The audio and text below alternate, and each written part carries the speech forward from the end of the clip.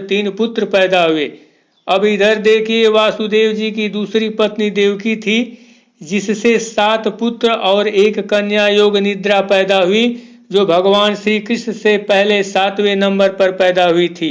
ये वही योग निद्रा है जिसे कंस मारना चाहा, किंतु वह उसके हाथ से छूटकर आकाश मार्ग से विंध्याचल पर्वत पर चली गई, जहां आज भी अष्टभुजी मां के रूप में विराजमान है। अब चर्चा करते हैं देवकी के उन 6 पुत्रों की, जिनको पैदा होते ही कंस ने मरवा दिया। यहाँ देखिए उन 6 पुत्रों की सूची है। इसके बाद 7वीं संतान में योग निद्रा नाम की कन्या हुई। इसके बाद 8वें संतान के रूप में देवकी की गोद में भगवान श्री कृष्ण का जन्म हुआ, और आगे के क्रम में श्री कृष्ण की 16,101 रानियां थी, जिनसे 1,80,000 पुत्र हुए, जिसका वर्णन विष्णु पुराण के अध्याय 15 की ये श्लोक कुछ इस प्रकार से बयां करते हैं, जिसको यहाँ देखिए और पढ़ लीजिए। किंतु भगवान श्री कृष्ण की प्रमुख रूप से 2 ही रानियां थी, जिसमें से प्रमुख रानी रुक्मिणी से प्रद्युम्न पैदा हुए और प्रद्युम्न से अनिरुद्ध हुए, और इसके बाद अनिरुद्ध की पत्नी सुभद्रा से वज्र पैदा हुए। मित्रों, ये तो रही बात सूरसेन के पुत्रों और पौत्रों की, जिसमें भगवान श्री कृष्ण भी थे। किंतु अब हम सूरसेन के भाई पार्जन्य के बारे में बताऊंगा। मित्रों, यहाँ सूची देखिए। इस सूची में पार्जन्य के कुल 9 पुत्र थे, जिसमें से तीसरे पुत्र नंद बाबा थे।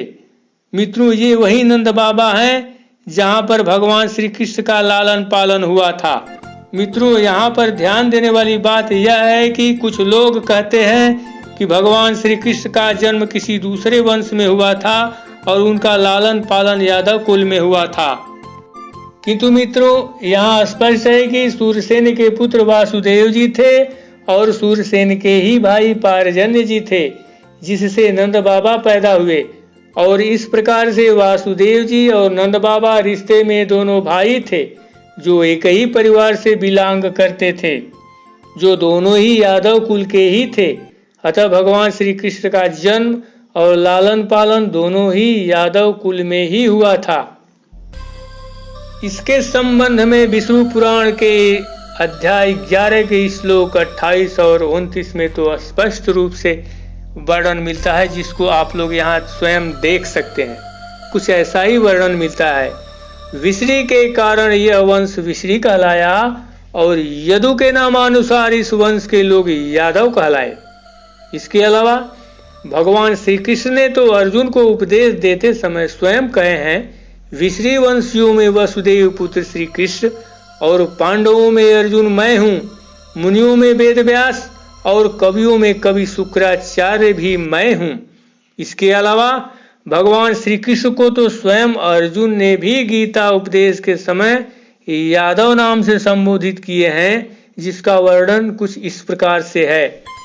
आपकी इस महिमा को न जानते हुए मेरे सखा हैं ऐसा मानकर मैंने प्रमाद से अथवा प्रेम से भी हठपूर्वक बिना सोचे समझे हे कृष्ण, हे यादव, हे सखे, इस प्रकार से जो भी कुछ कहा है इत्यादि इत्यादि।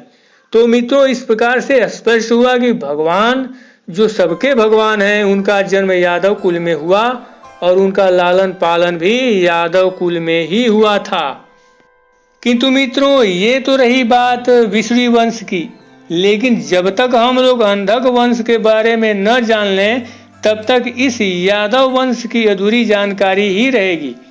तो मित्रों, इसके पहले आप लोगों ने जाना कि सत्वत के 7 पुत्रों में विश्री और अंधक 2 महान पुरुष थे, जिसमें विश्री के बारे में आप लोगों ने जाना। अब हम सत्वत के पुत्र अंधक के बारे में बताऊंगा, जहां पर आप लोगों को कंस और उसकी बहन देवकी मिलेगी। यहाँ देखिए, अंधक के 4 पुत्र कुकुर, भजमान, सुचिकंबल और वहिर्ष थे। इनमें से अंधक के बड़े पुत्र कुकुर के नीचे क्रमशः पिता पुत्रों की सूची है। इस सूची में तंबरु के 2 पुत्र मित्र और अनु हुए, जिसमें से मित्र के आनक दुंदुभी और आनक दुंदुभी के अभिजीत हुए, और अभिजीत के पुत्र पुनर्वसु हुए। और इसी पुनर्वसु के महाप्रतापी पुत्र आहुक थे, जो अहीर की उपाधि धारण करते थे। यहाँ ध्यान रहे, अहीर की उपाधि केवल यादव ही धारण कर सकता है।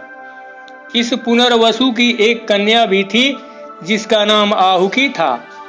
अब आगे चलते हैं। महाबलशाली आहुक के 2 पुत्र अग्रसेन और देवक हुए, जिसमें अग्रसेन के 6 पुत्र और 4 कन्याएं थी।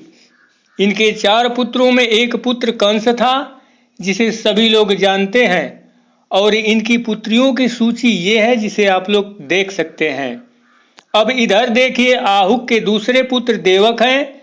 इनको 4 पुत्र तथा 7 पुत्रियां थी। इन 7 पुत्रियों का विवाह वासुदेव जी से हुआ था, जिनमें से देवकी के गर्भ से भगवान श्री कृष्ण का जन्म हुआ था, जिनका वर्णन पीछे किया जा चुका है। इस प्रकार से अंधक और विश्री वंश में खूनी रिश्ता का संबंध है, जो सभी यदुवंशी ही थे।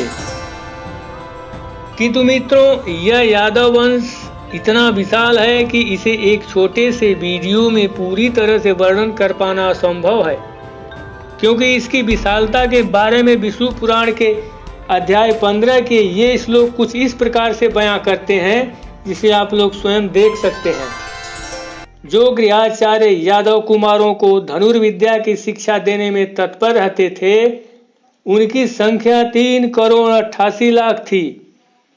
फिर उन महात्मा यादवों की गणना तो कर ही कौन सकता है, जहां हजारों और लाखों की संख्या में सर्वदा यदुराज अग्रसेन रहते थे।